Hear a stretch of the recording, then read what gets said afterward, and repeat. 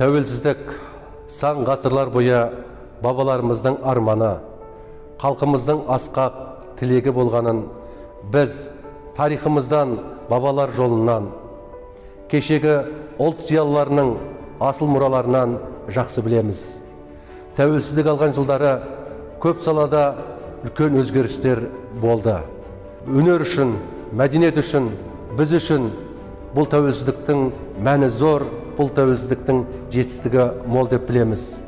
Сондықтан да құрметті жамбылдықтар, қадірлі бауырлар, тәуелсіздігіміздің 30 жылдық мерекесі құтты болсын, баянды болсын, мерейлі болсын, асқақ болсын деп тілек білдіргіміз келеді.